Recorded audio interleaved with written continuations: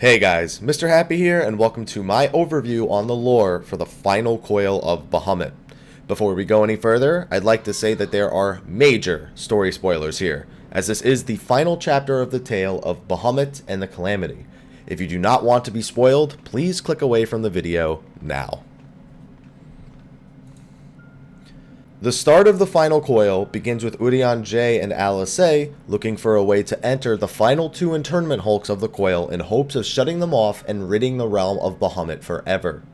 After colleagues search the hulks in Mordona and Eastern Thanalan to little avail, Urianger proposes that they use a method of ethereal travel that could cost them their lives.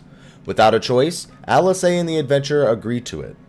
Before entering the coil, they meet Alphino just north of the ceruleum processing plant in northern Thanalan at a formation known as Dalamud's Talons. He reveals that he will be accompanying you both in hopes of ensuring Alisaie's resolve stays strong. With all of the conditions set, you teleport into the third internment hulk. Once inside, the group sees that their travels took them to the right location. Now that they are here, everyone must hurry to the third coil before Bahamut can regenerate any further. On your path, there are several receptacles containing chimeric beasts that the Allagans had sealed away. The adventurer and their companions managed to pass these beasts before reaching Amjigud, an escaped coral the Allagans had locked away in a containment tube. After defeating the beast, Alisaie stops and ponders on the many pods containing a wealth of dragons. As Alisaie wonders why so many are being held captive here, Alphino asks her if she had not figured out by whose will Bahamut was summoned and sustained in the first place. After careful thinking, Alisaie realizes that these trapped dragons are the very dragons that summoned and sustained Bahamut in the first place. The Allagans trapped them here in order to help Bahamut maintain a physical form while he was trapped within Dalamud. This was to ensure he could not simply be resummoned once losing his physical form, thus making his entrapment meaningless. Alisaie, enraged by the deeds of man, considers Bahamut's rage justified and damns the deeds of men for sowing the seeds of the calamity all those eras ago. However, her mission is still the same: shut off the coils and ensure Bahamut cannot unleash his rage upon the realm again. Shutting off the coil should also release all of these dragons from their misery as well. They press on deeper into the internment hulk. Upon reaching over 6,000 yalms below the surface, the group must navigate a recreation of Dalamud, as well as the beast that watches over it, Kalia.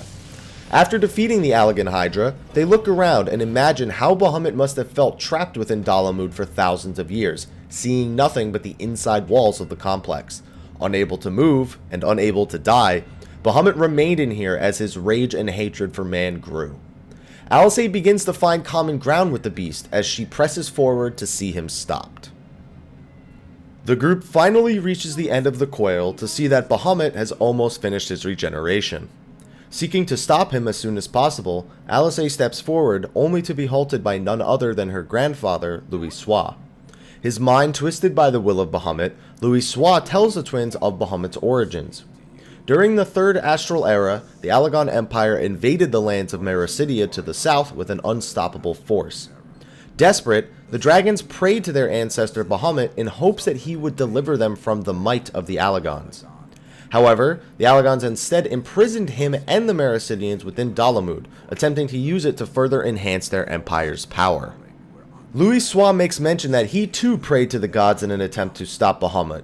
How were his actions and the Mericidians different? Were they not just two different entities with the same goal?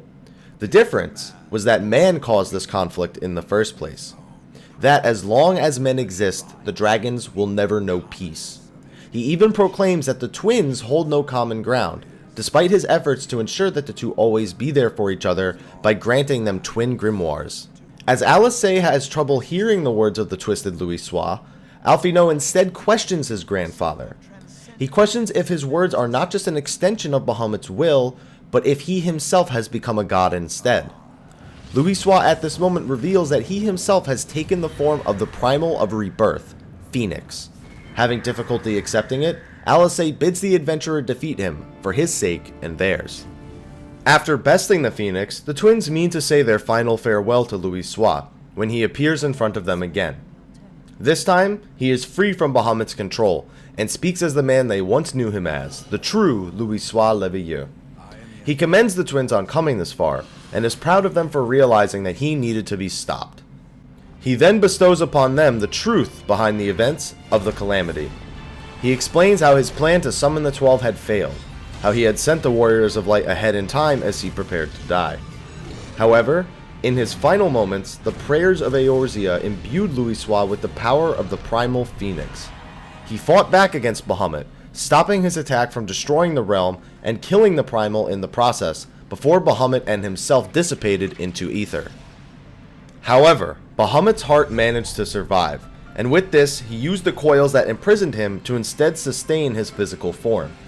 By doing this, he halted the recovery of the realm by cutting off the flow of ether, and even grabbed Louisoix from the brink of death and made him his thrall.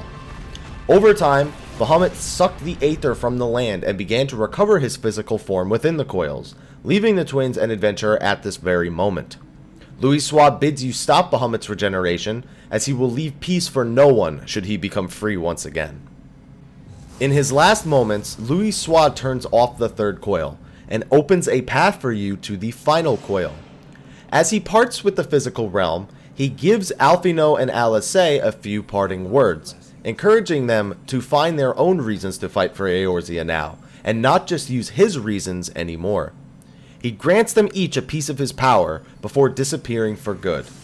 With their grandfather's blessing, the twins and the adventurer rush forward to shut off the final coil and put a stop to Bahamut once and for all.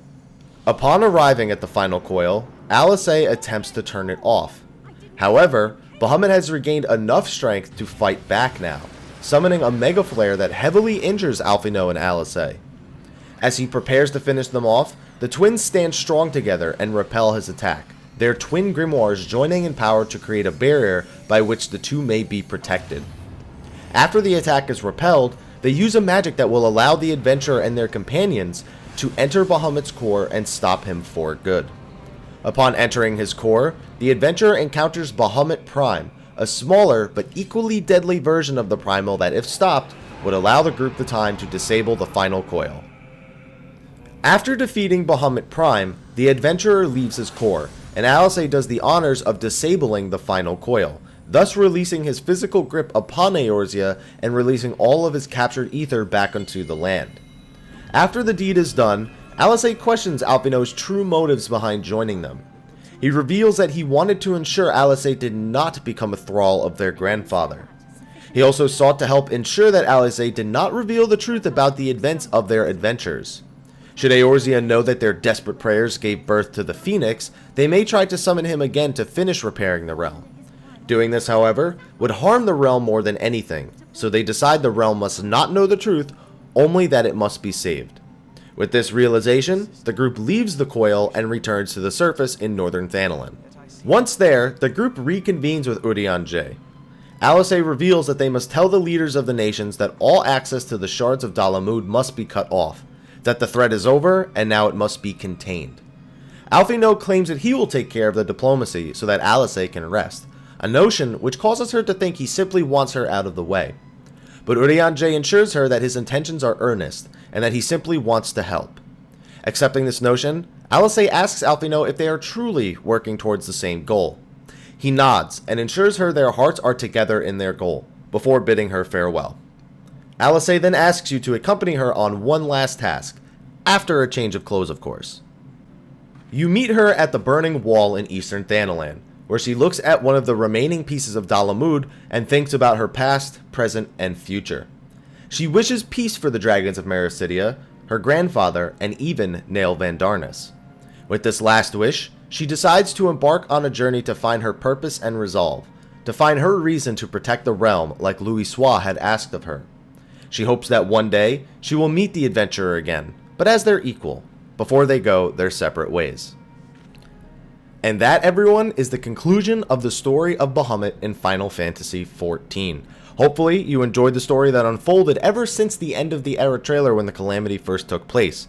We now have the truth behind those events, the fate of Louisoix, Bahamut, the point of the coils, and, well, everything. It's the first concluded story in Final Fantasy XIV. And hopefully, you enjoyed it all the way through. Anyway, guys, thank you for watching this video. Be sure to like, favorite, subscribe, and share. And until next time, take care.